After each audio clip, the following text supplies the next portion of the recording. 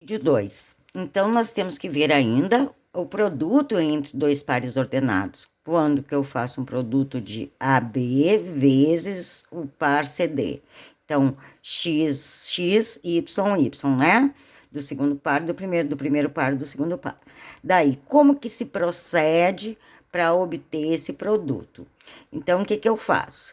A primeira componente do produto é A vezes C, então são os primeiros, ó, menos o produto do segundo. Então, a primeira componente do par produto é AC, primeiro vezes o primeiro, menos o segundo vezes o segundo, certo? Tá aqui, ó, tá? E a segunda componente do par do produto é AD, quem é AD? É os extremos, ó, os extremos, AD, mais os internos, certo? Os do meio. Dá para ser assim quando a gente coloca, né, uma maneira chula de falar, mas dá para entender. Então, a afirmação, o par ordenado 2, 3, que multiplica 4, 5. Quem é? É AC, então A vezes C, que é 2 vezes 4, menos 3 vezes 5, ó. Então, aqui eu tenho a primeira componente X do resultado produto entre esses dois pares. Quem é a segunda componente? É os extremos, 2 vezes 5, mais o produto dos internos aqui, 3 vezes 4, tá? Então, isso aqui vai resultar em 2 vezes 4 dá 8, menos 15, eu tenho aqui a primeira componente do par produto, e a segunda componente é 2 vezes 5, que é 10, mais 12. Então, 8 menos 15 menos 7, 10 mais 12, 22. Cuidado que lá naquela folhinha que eu mandei para vocês deve estar errado, porque eu dei um Ctrl+C, Ctrl+V lá para fazer essa aula, tá? Então, de repente, ela não está bem colocada. Então, agora, vamos, a partir dessas operações, percebemos os números complexos, porque até então a gente tinha e sabia que existia a raiz quadrada ou qualquer raiz de índice par, o radicando tinha que ser sempre positivo ou zero para a gente ter aí um resultado, senão não existia. Entretanto, nos números complexos agora vai existir, porque graças a esse estudo, principalmente de Gauss, que retomou todo um estudo que estava lá atrás, anos atrás, e Gauss retomou e conseguiu formalizar essa teoria dos números complexos. Então, diz assim, a descoberta dos números complexos foi realizada no século XVI, graças às contribuições do matemático Girolamo Cardano, de 1501 e faleceu em 1576. No entanto, somente no século XVIII que esses estudos foram formalizados por Gauss, né? Então, que ele faleceu em 1855. Então, números complexos é um estudo para nós assim um pouco antigo, mas que hoje tem uma grande finalidade. Então, vamos ver como é que se comporta os números complexos. Eu vou fazer assim, ó, para centrar bem a folhinha para vocês, tá?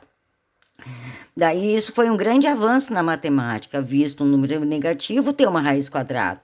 Então agora a gente tem, pode sim se fazer, calcular uma raiz de um número negativo, uma raiz de índice par, né?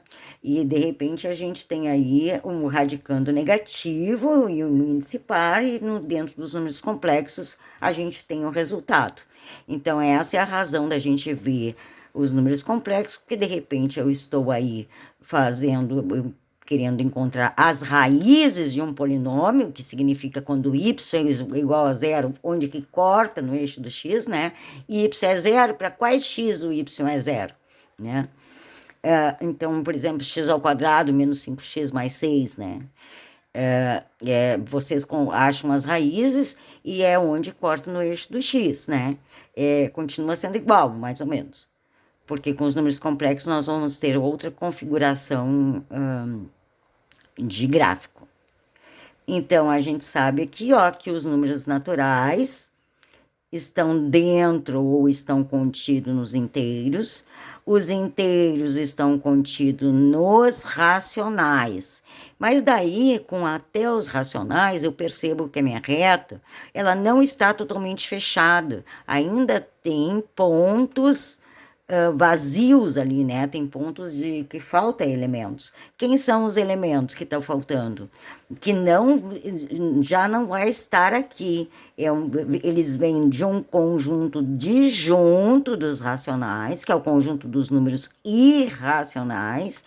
E quem são os irracionais? São todos os números decimais infinitos não periódicos. Por quê? Porque o periódico vai estar aqui nos racionais. Tá? Então aqui quem é?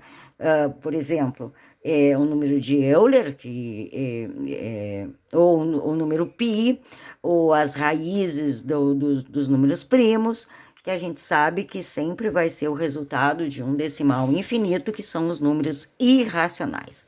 Então, a união dos racionais unido com os irracionais, eu vou ter todos os números reais. E agora a minha reta está perfeita, né? Então, tá aqui o nome dos conjuntos, né?